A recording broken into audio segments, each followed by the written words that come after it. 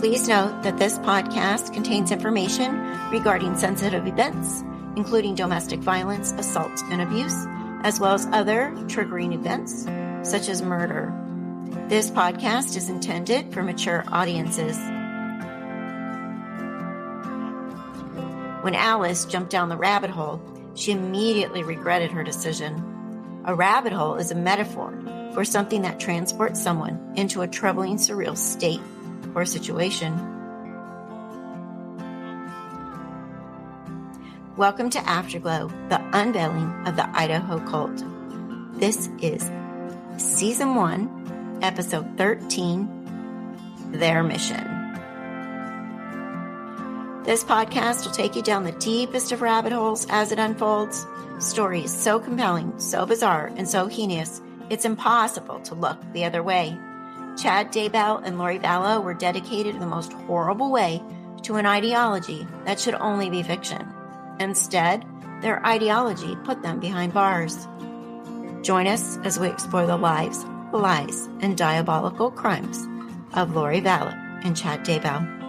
I'm your host, Kathy Brooks. Please follow and subscribe wherever you get your podcasts. Hello, and welcome back to all of you. Thank you so much for all of you that gotten this far. Literally, we are in episode 13. Today's episode will be the end of season 1. I have to take care of a lot of personal things over the next few weeks, and I will be going on vacation until the middle of September. So at that point, I will come back the first week of October with season 2, and we will keep digging deep, deep, deep. So while I take a break and get my personal life, my work life, and my R&R time, I would love for you to just go back and catch up on everything that you might have missed. You can also enjoy my YouTube channel. There's hundreds and hundreds and hundreds of videos on there regarding this case and a lot of other cases as well. My YouTube channel is Left Undone, Incomplete Investigations. But now let's get into episode 13, Their Mission. This was sent from Chad to Lori. And basically, it shows that they were starting their own church with a new presidency. They had lined out 7 missions to accomplish together. 1 is to translate ancient records. 2, write the book about the translation process. 3, identify locations in Northeast Arizona for white camps. And 4, presidency of the Church of the Firstborn. 5, help establish the food distributions as the tribulations start and the delegate. 6, ordain individuals to translation as the camps begin. And 7, provide supplies to righteous members of families. I'm going to play a brief clip of an interview that Nate Eaton had with an anonymous person that believed all this stuff, and just give you a little bit of information of how she was explaining what they were prepared for, why they moved to that area, that Rexburg area, and how much money they gave up in order to buy their tents and be prepared for this doomsday that Chad and friends were predicting. They really did put fear in a lot of people.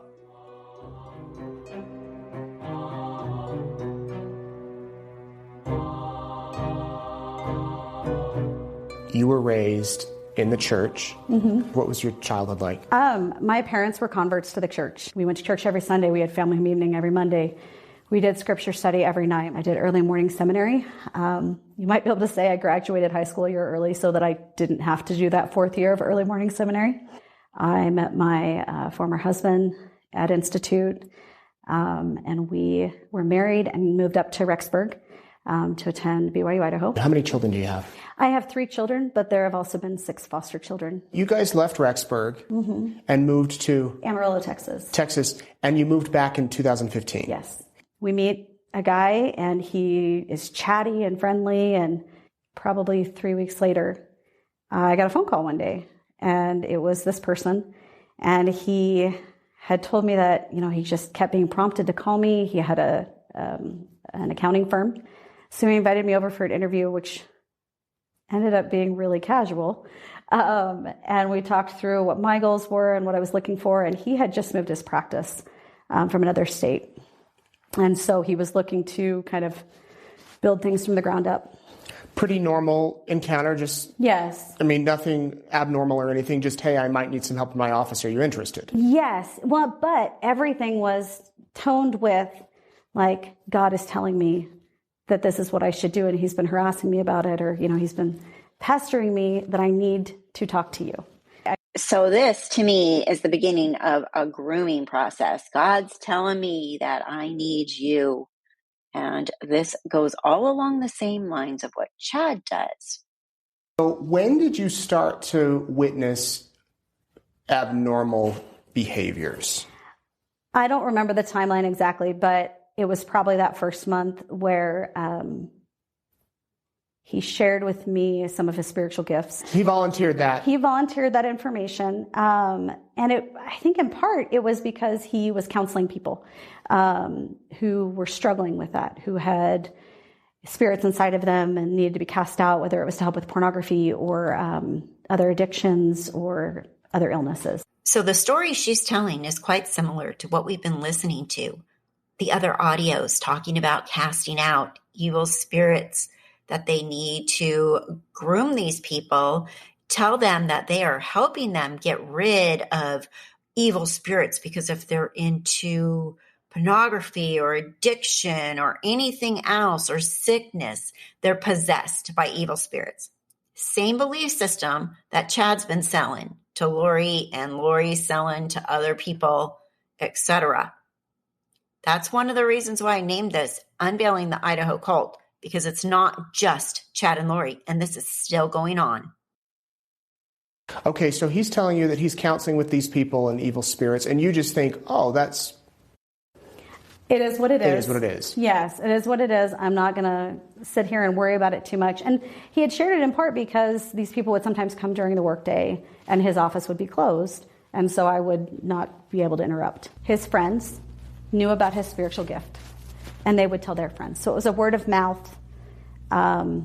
It was his spiritual gift, and so he honored God by utilizing his spiritual gift. So it wasn't part of his church position or part of his professional position. No. This was people that heard he had this gift, so they were coming to him to be healed. Yes.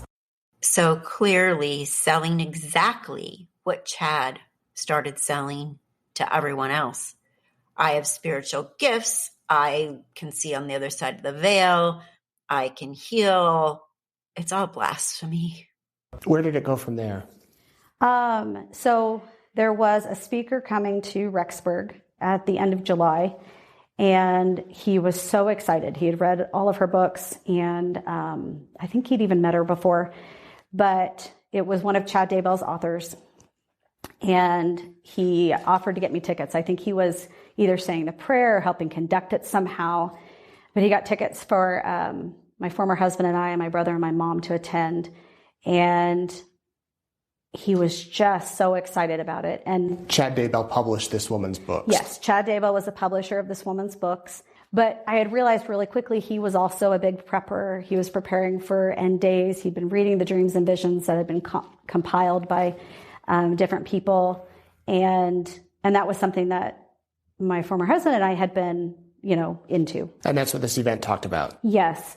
This event was very focused on that. The big thing that I took away from it was, from like Yukon North was going to be a city of light and a city of refuge and a place for the saints and the faithful to gather and be protected from the calamities that come as things kind of fall apart. Which, from what we understand, is a belief that Chad Daybell has, that Rexburg is kind of a chosen land. Yes. And that's why he brought his family up here in 2015, around this time. Yes.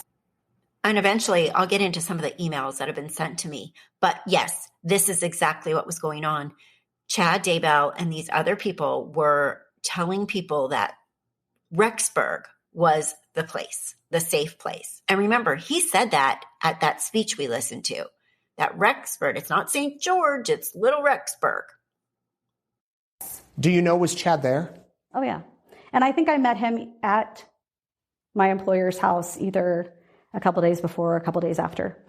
And that was the first time that I'd met him, was during that time period. Chad, though, was obviously well respected Oh, he was idolized. The thing that really surprised me at that gathering was seeing how I'd never seen so many people that believed in this idea of tent cities, because that's the easiest way to call it is. What is that idea? Okay. Explain the tent city idea. Okay, because if you say tent cities and somebody knows what you mean, it's like you instantly connect and, oh my gosh, cool, you're into this.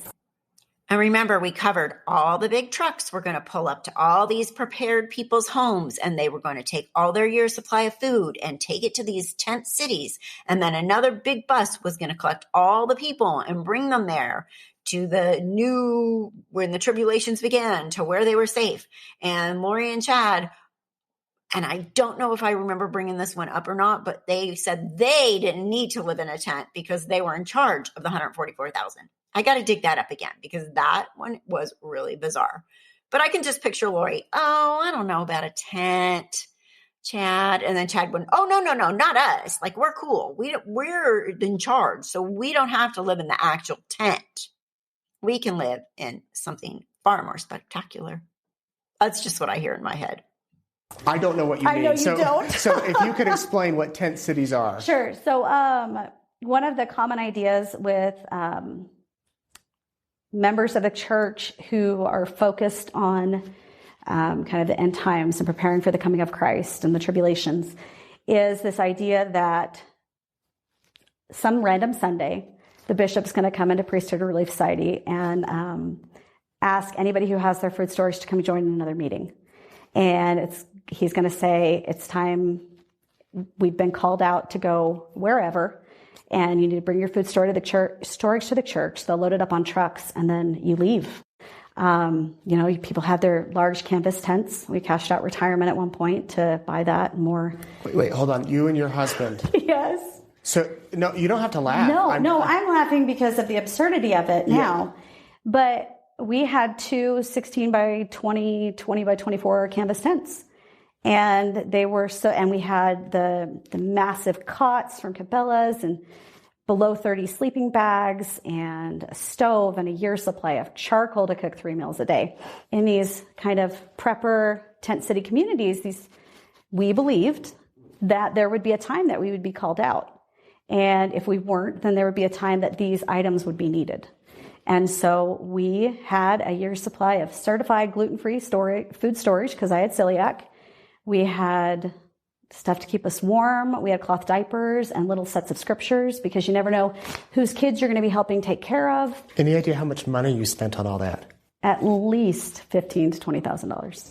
Wow.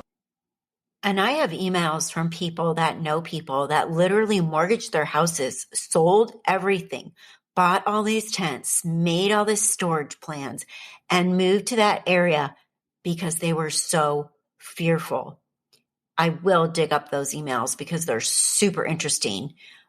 As we get through this story, I definitely want to circle back to that because there are people that really have reached out to me that told me that they had to rewire their own brain to realize that this was all BS.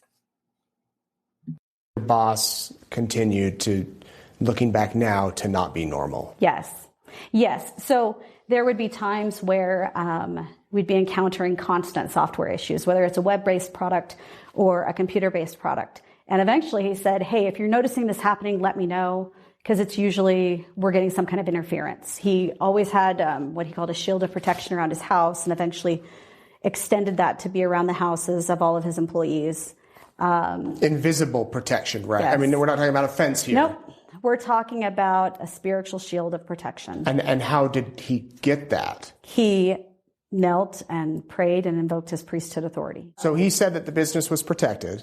Yes. And if you had any computer problems, let him know. Yes, so that he could reinforce those protections or cast something out that got through. So if the computers are acting up, you holler upstairs to where his office is and you say, hey, can you take care of things? So he's casting spirits out of computers, putting shields around the home and around the business. And you think that this is normal? I mean, you didn't think anything abnormal about it. Like, I knew it was different, but I'm not going to judge what works for somebody, or at that time, I wasn't going to judge what works for somebody. And it was always interesting as new employees came on, because it'd be a couple weeks, and then he would say, okay, I'm going to tell her today. Chad would occasionally come by. So yes, Chad had come by at least twice. I met him at work. But there were other members of this community. It was a constant subject of conversation. We were always talking either about, what people were doing or what was happening in the work. How long were you there? 4 years? I was there for 3 years. 3 years.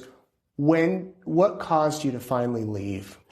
So I was invited to let an employee go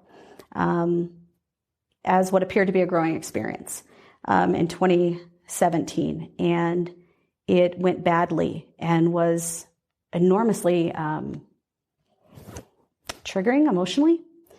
And I had struggled with PTSD from abuse and neglect in my childhood and other traumatic events. And it really caused a recurrence of the anxiety and a lot of those struggles. And so my employer was kind enough to set me up with this counselor / energy worker that he'd been working with.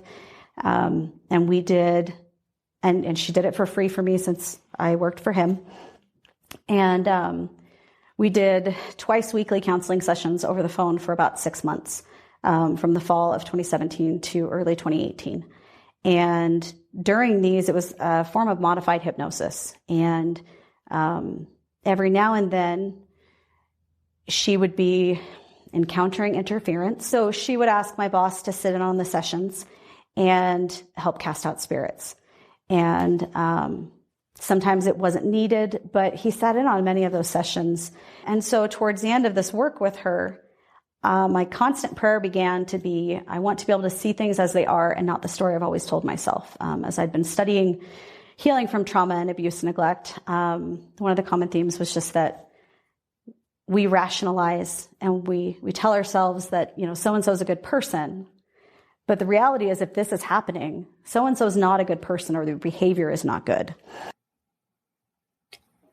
And you see, they prey on people that have suffered from abuse, emotional abuse, neglect, people that already have behavioral health kind of internal issues that they're struggling with, mental health issues that they're struggling with, and they prey on these people and they indoctrinate them and make them feel like they have something special and that they can help fix them and they can get them with this energy work and stuff. And usually they're taking their money. Look at Julie Rowe. We need to get into Julie Rowe. We'll be right back. That's how we do it here on the Weekend No Show. We give you knowledge that you need for life. Well, once again, Weekend No Shows has solved it. That's what we do here. That is what we do. You can be sure that if the aliens, when they want to reach out, they're going to reach out to the Weekend No Show. I'm saying, man, we doing this Weekend No Show. We might need to get into the chicken business, man. I didn't know it was so lucrative out here. Yeah, so as you can tell people out there, there's no sympathy on the Weekend No Show. We have none of that here. This is absolutely not going on the podcast. The Weekend No Show. We're everywhere you listen to podcasts.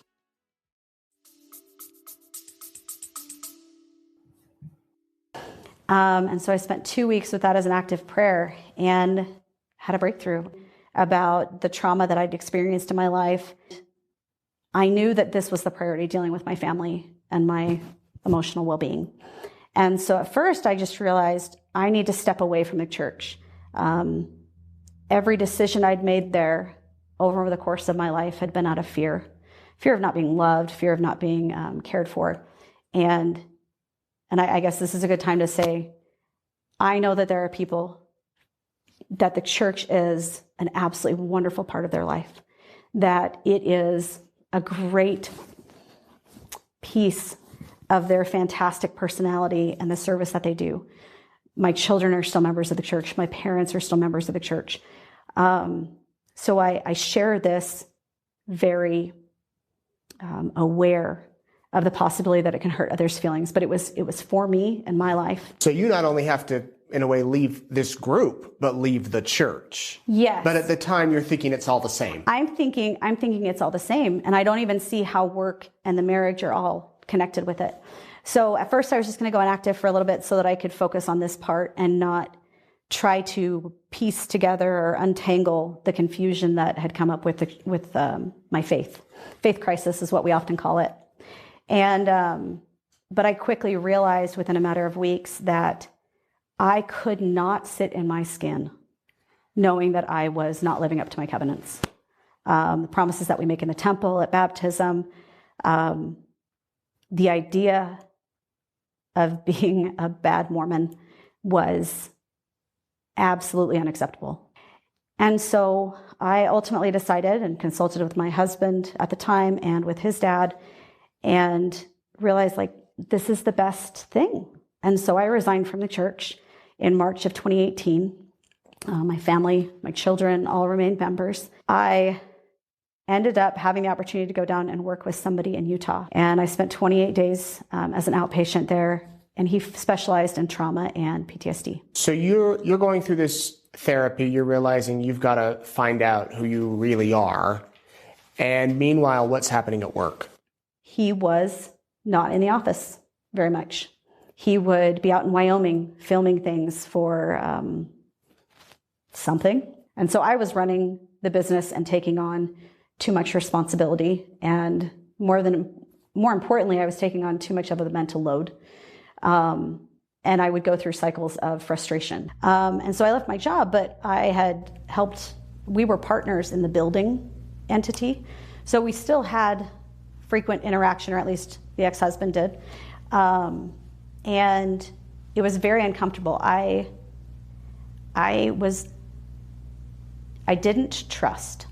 From the moment that I left in April and when I quit in May, I became scared of my former boss. And not necessarily because of anything he did, but I didn't trust myself around him because I knew I didn't have boundaries.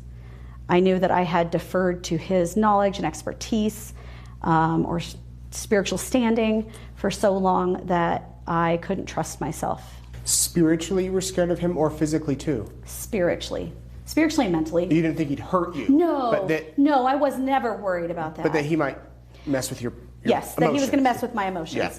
I had learned the phrase gaslighting at that time and was realizing that that's what I'd been experiencing. After I left my job, it was as though my former husband, who knew all the details about the dysfunction in my work environment and in my work relationships, it was as though he had forgotten all of that and began twisting things around and using the stories that my former employer was saying. I just knew that staying in that marriage was not acceptable or reasonable or a good decision. The story breaks. And I think you messaged me within a day or two, or an hour or two maybe. I think I messaged you within an hour or so. I was laying in bed and I saw the kids' pictures and I scrolled up and I saw Chad's name. And it was like I came unglued. I immediately texted my office manager at my job at that time and said, "Oh my goodness, is he a client?" Because I was trying to remember how I knew this guy's name. How did I know him? And she replied back pretty quickly, "No, he's not." And that's when, I put my hands down on the bed like this, and I realized what all of this was. I realized it was Chad, and it was from my first job. And I'd had a friend, a really good friend, who came over one night about 8 months ago, and we were just chatting. And for whatever reason, I started telling her how into the prepper stuff we were. And I started telling her about what I had experienced in my work environment. And she sat there dumbfounded and told me that I had been in a cult and that none of this stuff was okay. And I didn't believe her. And this is a Latter-day Saint? This is an active Latter-day Saint. So what is it about the LDS religion that some people are very easily swayed into these fringe belief systems, these cult belief systems, and then other LDS people are like, what the hell are you thinking? That's a cult. What is it that can sway so many of them into this, you're the chosen, you're going to be saved, you're one of the most important, you're have evil spirits, you need casting out? I don't understand because I am not LDS, but it kind of boggles my mind a bit. She told you you've been in a cult. She told me I was in a cult. And she told me that this was abuse and that it wasn't okay. And I remember sitting there and like, okay, I hear the words you're saying. I'm not going to internalize them because I don't know what to do with them. And that just seems crazy. I was just super faithful. So when I saw that day, I freaked because it meant that she was right. Why did you decide to talk publicly about this? I feel an enormous amount of shame for staying in a dysfunctional environment with gaslighting and manipulation for so long. I feel enormous shame for staying in an unhealthy marriage. I feel shame for believing the things that I believed. If there's another person in my shoes who's dealing with this and it's under the guise of, spiritual guidance or trying to help keep you on the path to God or keeping you, in a place where you can receive the blessings that God has for you, I want that person to be able to see that they might need to look at it from a different angle. I've had constant stomach troubles throughout my life, and I had celiac for 7 years at that point. And my intestines were just really struggling. And one day, my employer and I were talking, and I was probably crying because I was hurting so bad. And he said, "Don't you have the faith to be healed?" But that day in his office, I was hurting so much, and I was so desperate to not be in pain that there was a shift in my mind, and I decided, okay, I'm gonna see if I can get to a place where I feel like I could be healed. And I talked about it with my former husband. I talked about it with my boss. And a week or two later, on Mother's Day, 2016, they gave me a blessing and healed my celiac and healed my blood sugar issues. And they healed hormonal imbalances and thyroid issues to where I stopped taking all my thyroid medicine and my supplements. And I slowly got to where I wasn't so scared. And I eventually tried eating bread, and I didn't have a reaction. In my opinion, I attribute what she's talking about, her healing, this energy healing, this casting out these whatever they're doing to people to cure them, as the placebo effect. A placebo is anything that seems to be like a real medicine, a real cure, a real treatment, but it isn't. Placebos can be a pill, they can be a shot, they can be any kind of fake treatment. Again, energy healing. One thing that all placebos do have in common is that they don't contain any kind of active substance that could actually treat whatever their ailment is. And sometimes people can have a response to the placebo. The response, their symptoms might improve, or they may have a side effect and blame the placebo. And that is what's known as the placebo effect. And so I kept... So they truly healed you? That's what I thought. I genuinely believe they did. I knew that it would take months before it would show in my system because I had been gluten-free so strict and so long that I tested negative for it at that point. But you started to feel better. Yeah, I was feeling better. I was eating. It was lovely to not obsess about food and worry about that. And I knew at some point I'll go to the doctor and just get tested to make sure that I'm not doing any damage to my body. But 2 years later, I end up in the GI doctor's office, and I'm telling him what I'm feeling at that point. My stomach's upset more often. I'm having trouble eating certain foods. And he says, "Oh, that sounds a lot like celiac." And I had told him about the blessing, understanding he would be skeptical. I was ex-Mormon at that time. And he said, "Let's do a biopsy and confirm." And sure enough, it comes back that I had active celiac. And I had been, after that, as I adapted to, well, now I have to be gluten-free again, I had been told by a handful of people that, well, maybe it was my lack of faith that undid the healing. And so the other reason I speak to you.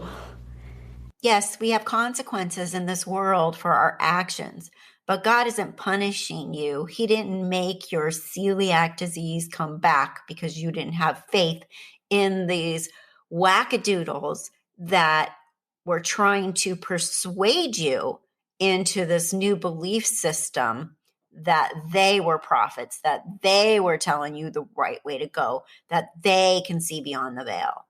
That's the difference.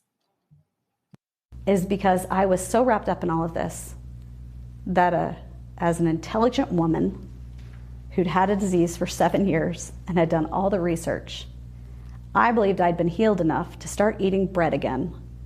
And after 2 years had done an enormous amount of damage to my intestines. There will be people that say you're just disgruntled at your old boss, or you're disgruntled toward the church, or, well, you got caught up in that crazy stuff, you should have thought otherwise. What would you say to those people watching?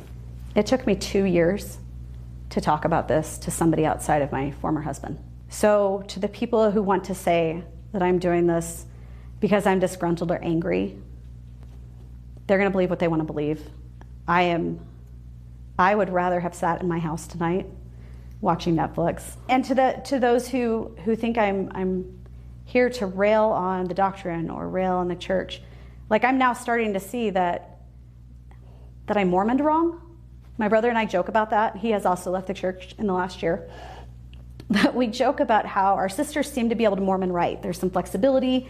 They can be nuanced. They make it work for them. But we were so black and white and rigid in our thinking, and I was so in this group of righteous obsession, and that I couldn't do it right. And so even now, I don't know that I'd ever go back, but do you know, in a year and a half, 2 years, when my daughter's going to be 8, I'll be there with my baptism dress for her to wear. And I will do her hair, and I will help her get dressed, and I will sit there with a big smile on my face, and I will support her on that day. When my boys decide to get married and sealed in the temple, I will sit outside of that temple and be an awesome, smiling mom, because that's what I can do for my children. I can support them in their spiritual beliefs and their frame of reference, even though I live in a way that's completely different than that. Many thanks to Nate Eaton of East Idaho News for that interesting interview. Much appreciated. He is an excellent source for this case. Now, to hop back into where we left off on the timeline, we ended episode 12 at the end of July 2019, after Charles was murdered and Lori had found out that she was no longer the recipient of his life insurance policy. We heard a little bit from Colby about how he found out that his stepfather, Charles, was shot by Uncle Alex, and he seemed like he was a little bit flabbergasted and quite clueless about what actually happened and why. He was busy with Kelsey, his wife, raising a new baby, and he was, from what he says, very disconnected from all of that, what his mom had going on. In the Freedom of Information Act, the FOIA documents, there is a document in there that shows that Lori, from either her account or Tylee's account, was sending a lot of money to Colby. And in the FOIA documents, it says, Colby explained he has also received sporadic mobile payments from Lori via Venmo. Colby explained it was not unusual for Lori to give him money and pay for services for he and Kelsey, such as a cellular phone service. The detective says, Colby provided me with screen-captured images of Venmo transactions to his account, from both Lori's account and Blank's account, which would be Tylee's account. Lori would be sending him payments from these Venmo accounts. Colby also provided a second Venmo account for Lori, identified as, and this is redacted, but Colby has not received any payments from that account.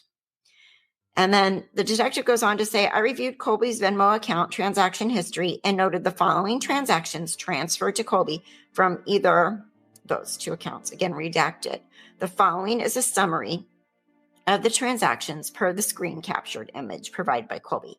So there are Venmo transactions that go from, the first one is April 9th, 2019, and they go on and on and on.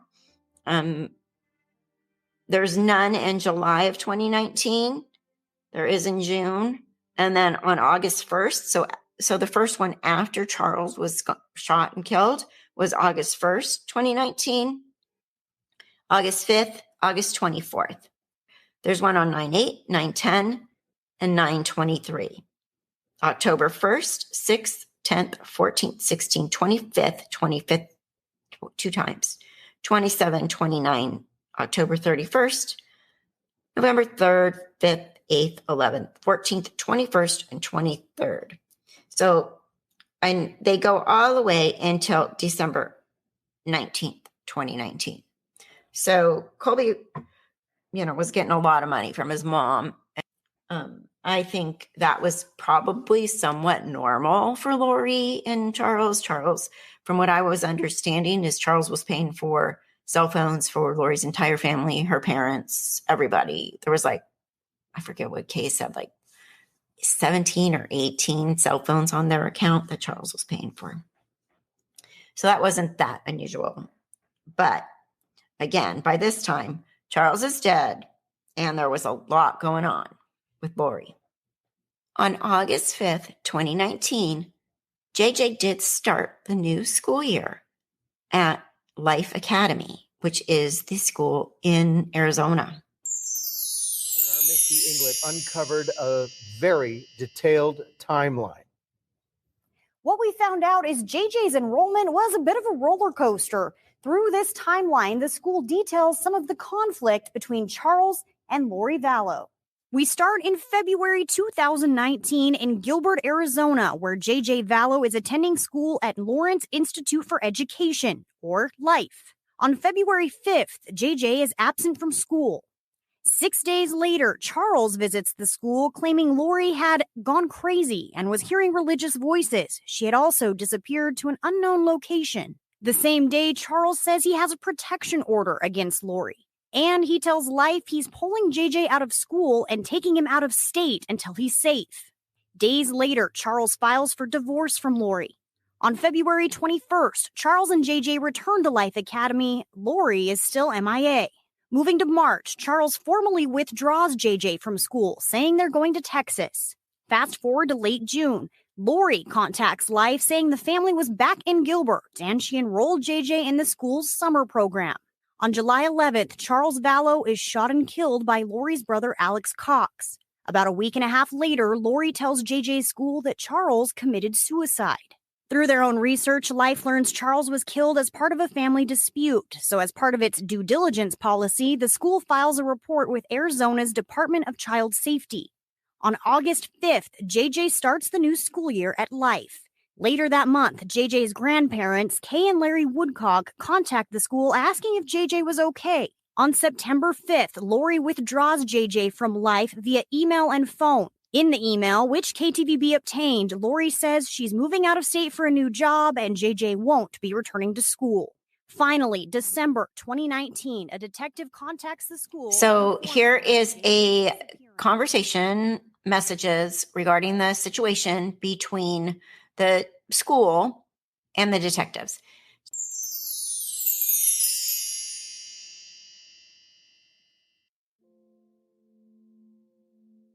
Dear detective, I'm going to start sending you records and emails we have regarding JJ. Below is a summary of our history with this situation. I believe the two people you want to speak with is my Director of Academy Administration, Lori Kleinman, and my Director of Student Services, Jamie No. They both have firsthand information. I am summarizing below. His teacher, Nicole Zins, would be another one. However, she left us at the end of last school year. I believe she went to the Chandler School District. Here's what I can share. Around February 5th, JJ became absent from school. Around February 11th of 2019, Charles, the dad, came in and shared that Lori, the mom, had gone crazy and had lost it. He had no idea where she was, and she just disappeared. He further mentioned Lori was speaking about religious voices speaking to her. He shared he had an order of protection in place. This was not for JJ, but rather for mom and dad. So between the two, Lori and Charles, there was an order of protection. No, not an order of protection that involved JJ. He shared he was taking JJ to Louisiana to be with family until he felt JJ was safe. Charles and JJ did return to us around February 21st. To our knowledge, mom was still not to be found. Lori Kleinman did make a report to CPS, given the talk of mom still being gone and different order of protections, to ensure we were doing our due diligence in protecting JJ. Around the 1st of March, Charles withdrew JJ and shared he was taking JJ to Texas to be with family. He was withdrawn technically on March 7th. We did not hear further from the family. Around late June, we were contacted by mom sharing that she and Charles were back in Gilbert with JJ, and they wanted to see if he could join our summer program, which we did enroll him in. JJ started back with us in our summer program, and I believe back with therapies. We then received an email from Lori asking if they could enroll JJ back in our private academy with Miss Nicole, his previous school teacher.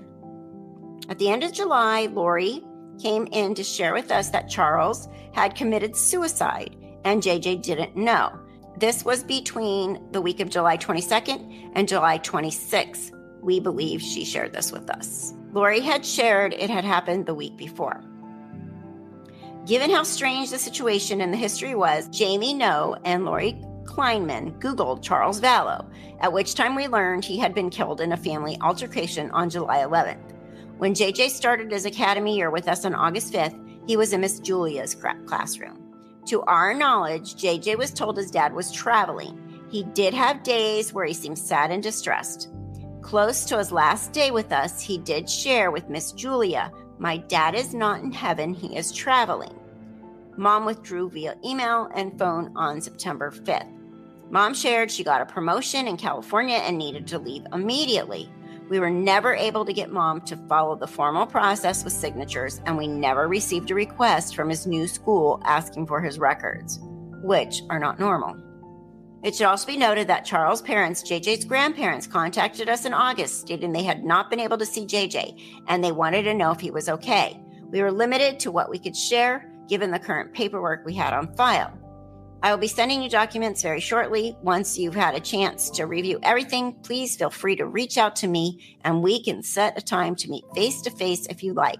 I can share I am deeply distressed as to the well-being of JJ, and I do hope this helps him. Margaret Trevellon, co-founder and CEO.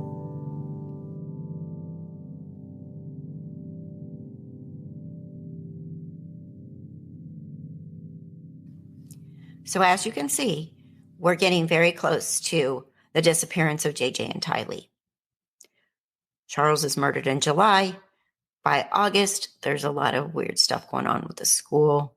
And Kay and Larry are getting a little bit concerned because they're unable to speak to JJ. Now, I have to put in a shout out to Annie Cushing. I had all my files and everything with all this information and the order, and I was going through all of it. And I remember that Annie is the most organized person in this case ever. And she has a website, her blog, where she has put the timeline together so perfectly with links to sources. Her website is Annielytics, ANNIELYTICS.com. So if you want to go dive into the timeline yourself, it's right there. She's provided it publicly and to law enforcement and media. So we do have to appreciate that very, very much. Thank you, Annie Cushing. On August 2nd, Melanie Gibb hosts a meeting at Lori's house, and David Warwick is invited to speak. And this is the letter that Melanie Gibb sent out. Dear friends, August 2nd at 6 p.m. at Lori's home. I asked David Warwick if he would come down to Arizona to speak to us about some of his dreams about things that are coming upon our nation. David has been shown visions ever since he was 11 years old of future events. For some reason, the Lord has shown him the tribulations and the building of Zion for the second coming of the Lord. He loves to share with his brother and sisters because of his love for his fellow man. He shares humbly and loves to help others prepare for the Lord's coming. We will be having our class in Lori's home. I will be sending her address soon. Please let me know if you can come. We are looking forward to seeing you. I miss you guys. Please RSVP. Love you guys, Melanie Gibb. So in the meantime, that was going on, and the meeting was hosted there. And interestingly enough, David did share his testimony, I suppose. Chad Daybell did come to town for this, and Zulema apparently reported this as the first time that she saw Lori and Chad have any kind of romantic relationship together. And in the FOIA documents, it says after Charles died, Zulema went on vacation to Chile. A couple of weeks after she returned, Lori had another meeting at her house in Chandler. Chad was at this meeting, and this was the first time she ever saw Lori and Chad being romantic with each other. Zulema stated that this meeting was at the end of July. Zulema indicated that it was at this meeting that they started to talk about people moving to Rexburg. So from the timeline, it would have been that meeting on August 2nd. So Zulema sends this message to Lori on August 1st. It says, "Oh, did you know that Serena is moving to Queen Creek, like soon?" Lori said, "What? When?" Zulema says, "She's flying in tomorrow looking at houses this weekend. And the kids fly in Tuesday. I mean, soon." Lori is like, "So she's staying with you?" 2 question marks. The reply was, "With Christina." Lori says, "That's not good. Christina is also stalled and in a downward spiral. Going to have to ask how to handle this. Can we, meaning you and I, get together this weekend?" So Lori's saying that Christina and Serena have stalled in their translation process. They're not being translated beings like they once were. And remember how she talks about, they got kicked out basically from the group at some point. And in that police interview, she's saying she got kicked out because she was asking too many questions. And then Zulema replies, "Absolutely. I have so much to tell you. Chad just checked for me, and I did bring the earthquake to Chile today." So again, there's Zulema. "Chad, did I do this? Chad that, Chad this." And Chad confirmed to Zulema that the earthquake in Chile that day was because she was able to bring it on. And does any of this make any logical sense to any of you? Why do these people want destruction? Why do these people want earthquakes? Like, why is this a good thing? The elements, this whole part of this it just makes no sense to me that it would be anything positive, even for people that are trying to head into the new millennium or New Jerusalem or tribulations. Lori replies, "Yes, you did. I'm a proud mama because you are amazing. We have a lot of work to do. This is just the beginning." Zulema replies, "Yes, it is. Exciting and at the same, a sobering thought." She also then says, "I just landed in Phoenix." And she said, "Yay, is someone picking you up?" And she said, "Yes, my son is on his way. Feels so good to be home. I cast it out and created shields. And right after the plane broke, the flight was delayed so much. Most people left because they're connecting flights, which gave us room to be on this flight. God is so good." And Lori says, "Try dat." I think she meant true dat. It's TRYDAT, true dat. I think she's trying to be cool and say true dat. Whatever, Lori. And then on August 7th, 2019, Kelsey Ryan starts a GoFundMe for medical bills. You can click on it. It's still there. It just says, when I click over to it, it just says help with medical bills. And there's a picture of Kelsey and Colby holding the baby. And it said $260 was raised. It says this fundraiser is no longer accepting donations. It was for medical bills, and it was posted August 7th, 2019. I have to say, I spoke with Colby on the phone. He was supposed to come on my show. at one point. Can't remember, like a year and a half ago, maybe. And he was such a nice man. I mean, our conversation was very pleasant. He was very happy. He said he was very grateful for everything that my channel has done to keep their story in the light and be out there. And then they started their YouTube channel and they went live, I think like the night after that, to tell everyone they were going to come on my show. And there were several trolls in the chat, and I don't know what happened, but someone put some kind of thought in their mind or brain, and Colby sent me an email, and he backed out of my interview with him. And that's fine. It would have been nice to be able to speak to him. My audience was actually looking really forward to it. But in the land of YouTube, there's a lot of backstabbing and stuff that goes on. And again, one of the reasons why I prefer the podcast platform, because there's not an active running chat going on. There's not people conspiring with each other in the chat. I mean, there are people that follow true crime on the YouTube channels that literally that's in their entire life, and they're more than happy to cause drama. But I just wanted to point out that Colby was a very nice young man. He seemed very responsible and very grateful.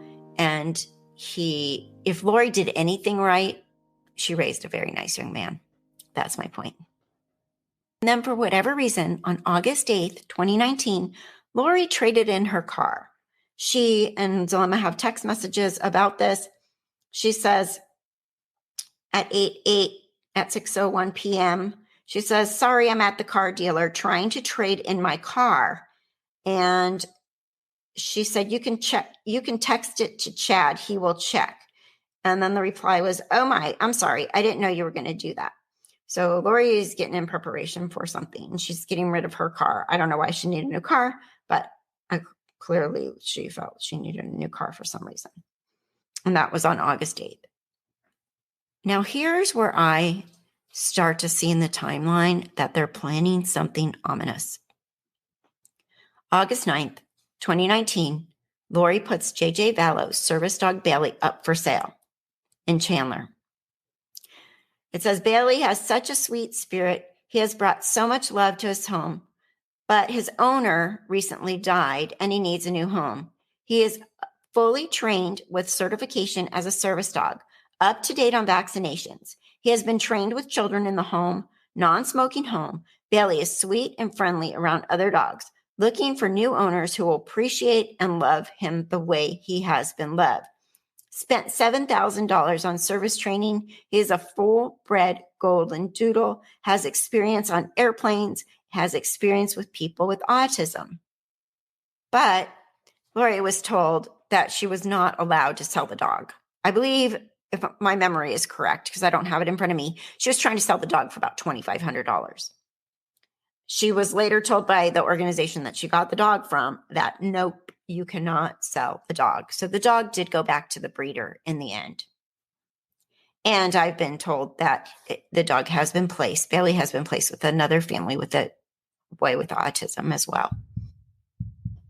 On August 10th, 2019, that's the last time Kay Woodcock hears from JJ. It's via a FaceTime call that JJ would have made on his iPad, and the call was about 35 seconds long. Call it a night, the party's over. Larry and Kay Woodcock say they last spoke with their grandson, 7-year-old Joshua JJ Vallow, in August. August 10th. A 35-second FaceTime. The couple cared for JJ before he was adopted by Kay's brother, Charles, and his wife, Lori Vallow, in 2013. Very honestly, things went extremely well for the first 5 years. But Larry says things changed about 2 or 3 years ago, and Lori abandoned her family in February of last year. Lori just simply vanished. 58 days, she was completely gone. Lori and Charles were members of the Church of Jesus Christ of Latter-day Saints, to which Charles converted after meeting Lori, according to Larry. Charles loved the church. But Lori had become radical, adopting religious beliefs outside the church, such as thinking herself the reincarnated version of Joseph Smith's wife. She only was married to the top of the top in her reincarnation. They also suspect Lori was having an affair with Chad Daybell, whom she met about 2 or 3 years ago. I don't think there was any doubt that there was something going on, and obviously he was still married, and obviously Lori was still married. It's why they say Lori moved with JJ and her 17-year-old daughter, Tylee Ryan, to Rexburg shortly after Charles was killed in July by her brother. Once they left Arizona, we lost total contact with her. So on August 10th, 2019, Kay was like, okay, what's going on? She texts Lori to see JJ, and she never gets a response from Lori. Kay Woodcock, his sister, sent this email to Lori, thanking her for letting them speak to JJ over FaceTime. She goes on to offer flying to Phoenix to spend time with JJ, maybe a trip to the zoo or an arcade. Kay never heard back. 15 days later, she sent another short email saying, "I'll do anything in order to see him." I was trying to keep reaching out to her. Please let me talk to JJ. Let us see JJ. Whatever it takes, let us see him. On September 18th, desperation was growing. By now, Lori, along with JJ and Tylee, moved to Rexburg, Idaho. Kay asked to see him for a weekend. She ends her email with, "Lori, what are you thinking? Are you even thinking?" And on October 14th, a final email is sent saying no need to cut him out of our lives. This situation can be managed civilly. Signed with, "Please tell him we love him." She should have been worried more about being threatened by the police, because I know in every email I sent, I think I got ugly 1 or 2 times in those emails. After a little while, I'm like, come on, this is enough. Stop. And we need to see JJ. Lori's family also claims that they heard JJ on a phone call on October 1st and Tylee in late September, slightly off from the timeline that police have.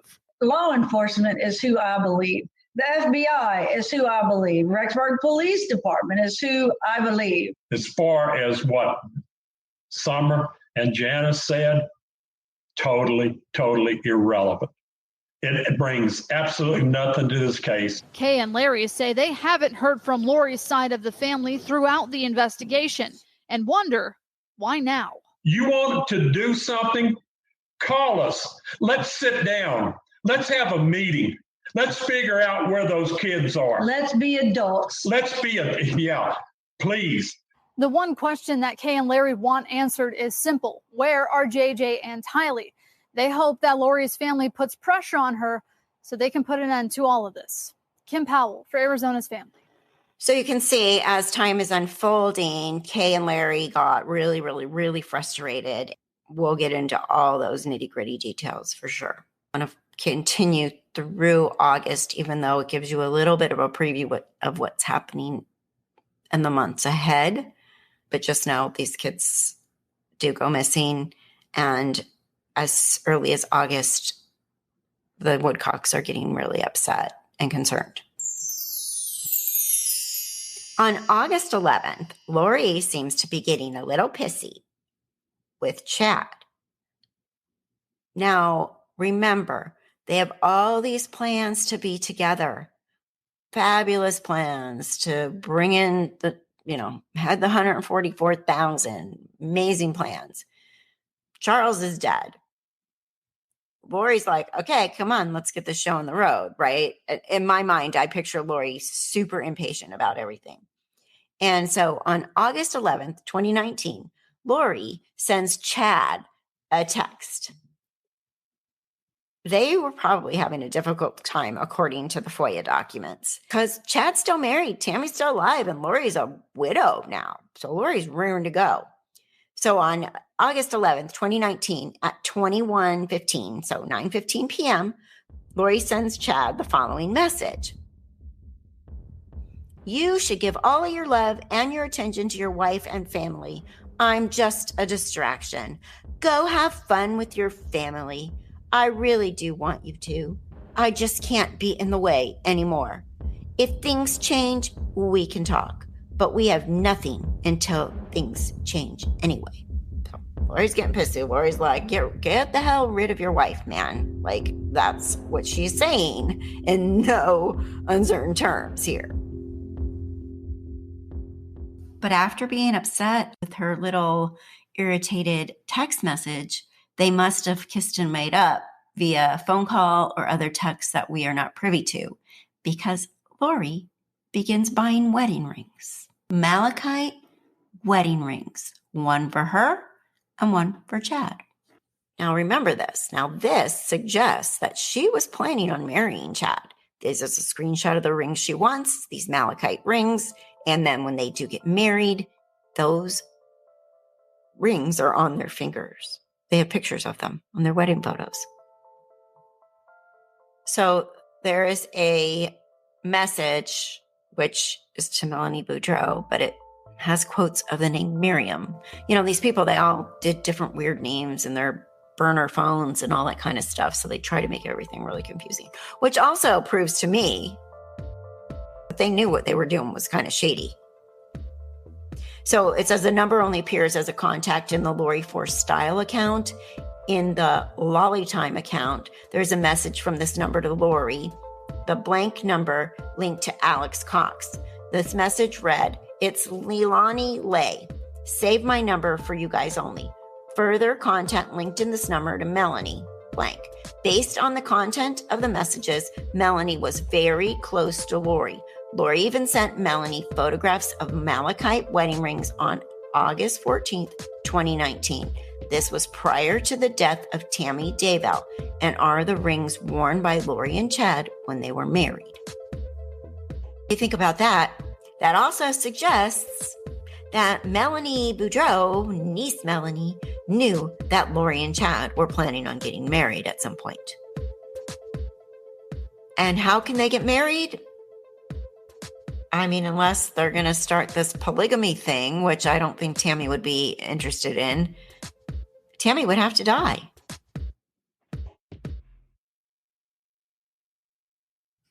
The next day, August 15th, Lori purchases the wedding rings for herself. And that one would be a size 4. She also purchases a ring in size 11.5. Wonder what size Chad wears. She bought him for $129.99. Wednesday, August 14th, 2019, 11:30 p.m.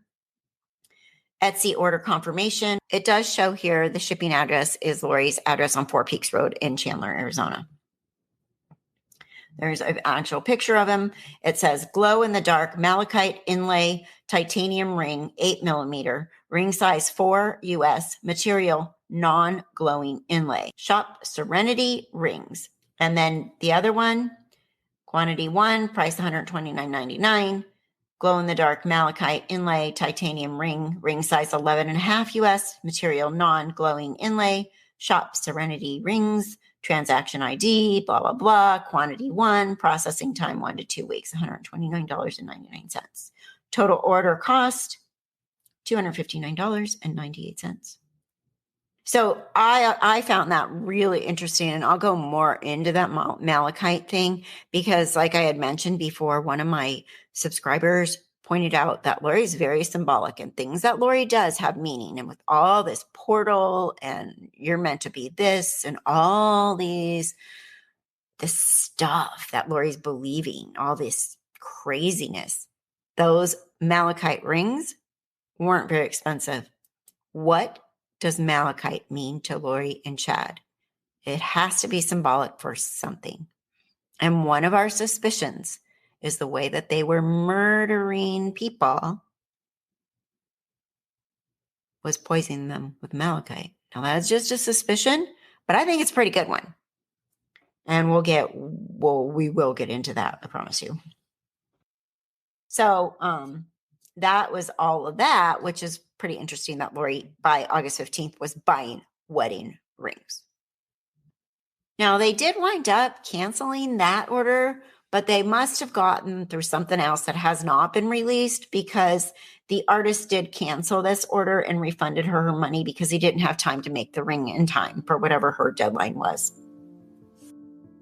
So according to the detectives, they said, I did locate the maker of the wedding bands. Unfortunately, he informed me that he canceled the order because he was too busy with school. He operated his business on Etsy and has since closed his site. My guess is Lori utilized Etsy to purchase similar wedding bands. I think a warrant to Etsy should show this purchase. On August 16th, Lori moves Tylee Ryan's Social Security benefit deposit from Tylee's Chase account to her own. And then on August 17th, Lori reserves a moving van with Budget in preparation for her move. Budget van rental created on August 17th, 2019. So on August 18th, 2019, Melanie Gibb, who was being referred to as Phoebe at this point, and referred to as Lori's daughter in a previous life, they all met at Lori's house. It was one of those women meeting things that they had with the other ladies. The casting out meetings, I'm assuming. Phoebe is part of the group of females that gathered at Lori's residence in Chandler, Arizona on 8/18/2019. Looking at photographs sent from Phoebe to Lori, it is believed that Phoebe is Melanie Gibb. And then a few days later, on August 22nd, 2019, Lori Vallow and Melanie Gibb begin a new podcast called Feel the Fire. They kick it off with an episode titled Feel the Fire, Seeking and Finding Sweet Jesus. So I was able to find one of the episodes of Lori and Melanie Gibb's Feel the Fire podcast.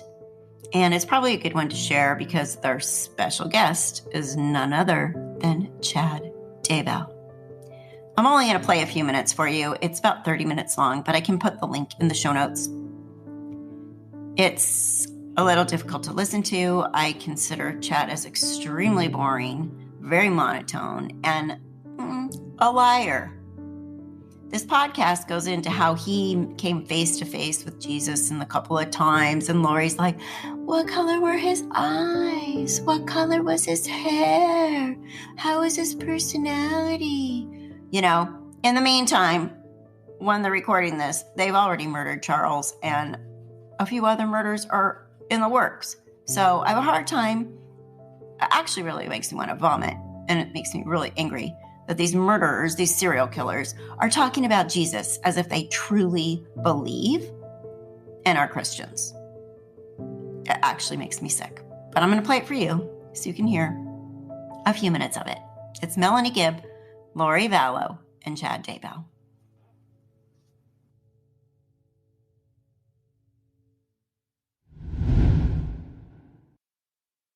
You are here with Lori and Melanie this morning on our podcast, Feel the Fire. And this morning we had an opportunity to interview someone named Chad Daybell, who has had many experiences with the Savior of this world. Because of our love for Jesus Christ, we wanted other people to know how much He is an invitation to come unto Him, how much He wants us to become part of His life, because He's already there. He's just waiting for us. And so we want to talk to Chad about his personal experiences with the Savior, where he's had many experiences because of his near-death experiences, and I'm sure more personal ones as well, that he has seen our Savior, and he wants us to know that Jesus wants us to come unto Him and to come to know Him. So we're here with Chad Daybell, and he is on our Feel the Fire podcast today. And we really want to talk to Chad about his experiences with Jesus. And we know that you've had some pretty amazing experiences, and that's what we're here to do, is to testify of Jesus and who He is to us. So Chad, hi. Hello. Glad to be on the podcast with you. Thank you. We're excited to have you and happy that you could come on with us today. Why don't you start with your first experience is with Jesus and kind of who He is to you? Okay. I grew up in a Christian home, but honestly, other than Sunday, we didn't really talk about Jesus at all. My parents grew up in the 60s, and they were doing a good job as parents, but religion always kind of took a back seat to everything else. But when I was 18 years old, I decided to serve a mission for my church. And as part of that, we went to a training center. And my first real experience with Jesus was about 2 weeks into that training, where one of the other missionaries read a poem about how Jesus came to earth to sacrifice for us so that we could someday return and live with him. And it made me feel closer to Jesus than I ever had. It made him feel like a real person to me. He wasn't just a painting on the wall or somebody that we said his name at the end of a prayer.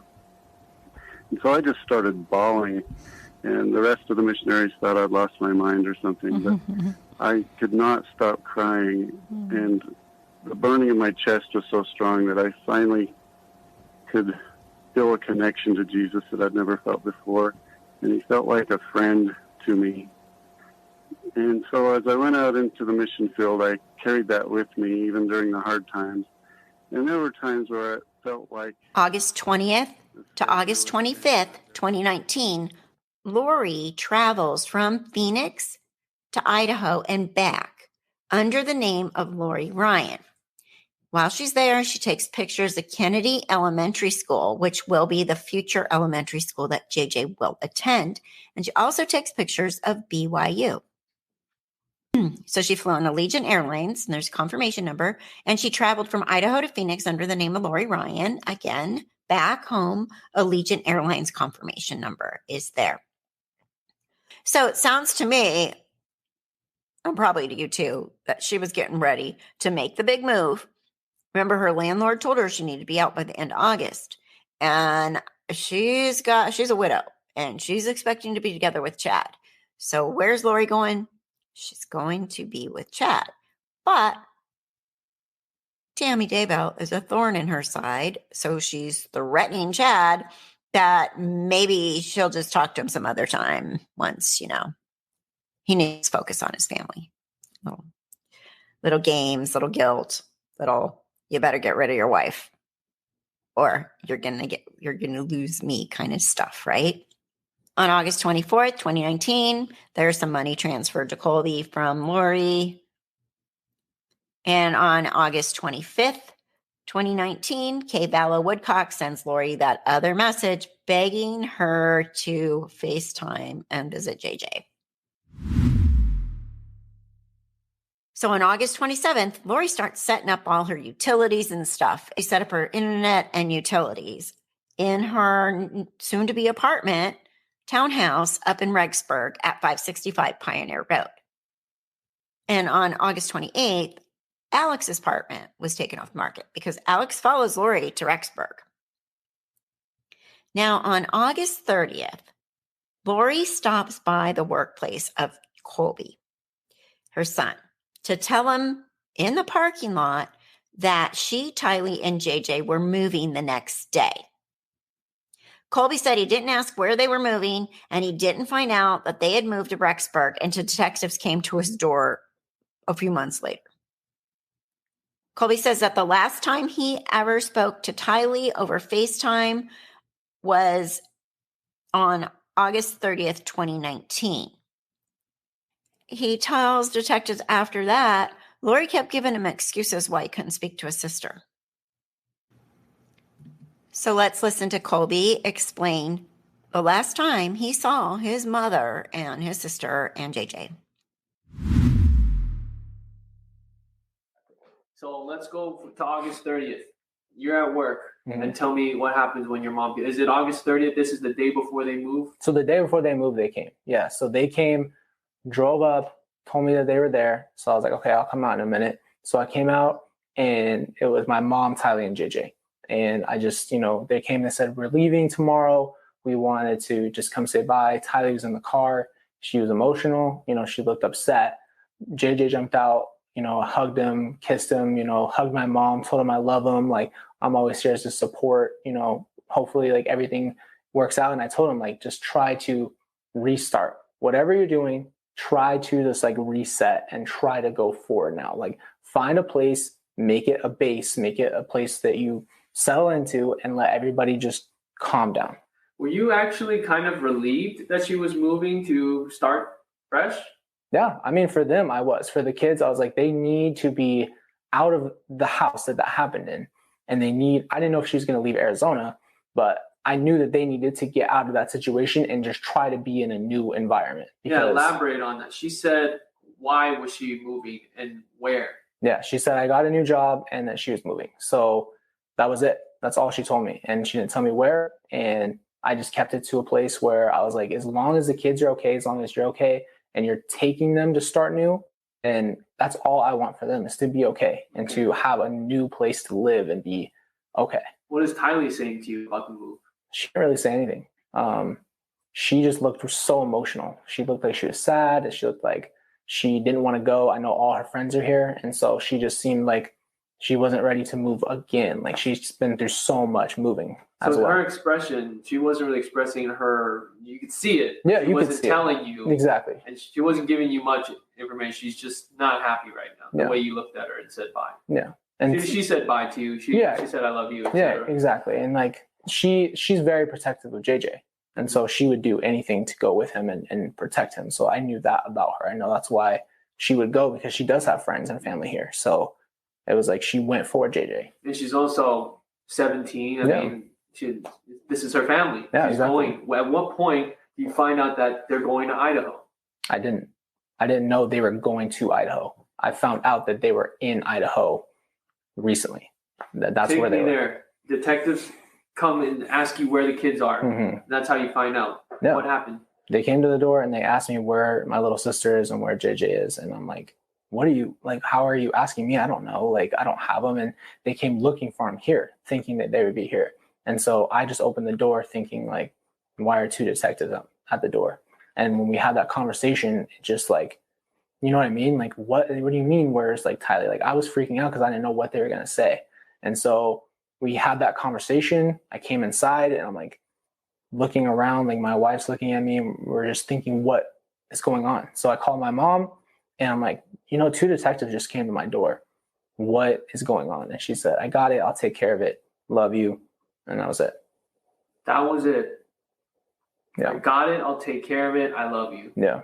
I mean, it was a little bit of a conversation, but that was really it. That's what it was. Like, she asked me what they asked. I said, they asked for Tylee. I said, where's Tylee? Why are they asking me? This was November 26th. So I find that interesting. The only part of that entire thing that I find really kind of questionable is why wouldn't Colby ask his mom where they were going? Tylee's upset. They're there to say goodbye. And he's just like, okay. I just picture myself, if I drove up to my son, my 23-year-old son right now, Colby and my son are close to the same age, my youngest. And I said, hey, hi, I'm leaving. We're out of here. Love you. Gave you a hug and a kiss. Packed up to move. He would ask me where I was going. Oh, what's your new address? Where are you going? Are you staying in Chandler? Are you moving to Timbuktu? Are you flying off to Hawaii? Like, these people moved a lot. So why wouldn't he think to ask? They moved to Houston, they moved to Phoenix, they moved to Hawaii, they bebopped everywhere. So I really struggle with why Colby did not ask them where they were going. That one just really bothers me about him and that whole thing, that conversation. And maybe it'll come out someday. I don't know. But that's the one part of that I have a hard time understanding. When I'm back from my vacation and I start recording again, I should have my next episode and the start of season 2 up the first or second week of October 2022. We will dive right into September, where it really starts getting intense, because this is when the kids go missing. And it becomes even more horrific, more sad, more heinous than you could ever imagine. Thank you again. I'm Kathy. Stay safe, stay well. Bye-bye. This has been a production of Afterglow, Unveiling the Idaho Cult, Season 1. I'm your host, Kathy Brooks. I'm also the editor, the producer, and the narrator. Thank you so much again. And sources for this particular episode were Justin Long, Fox 10 Phoenix, Nate Eaton, East Idaho News, and KTVB News, as well as analytics.com, Patty Cushing, and Arizona Family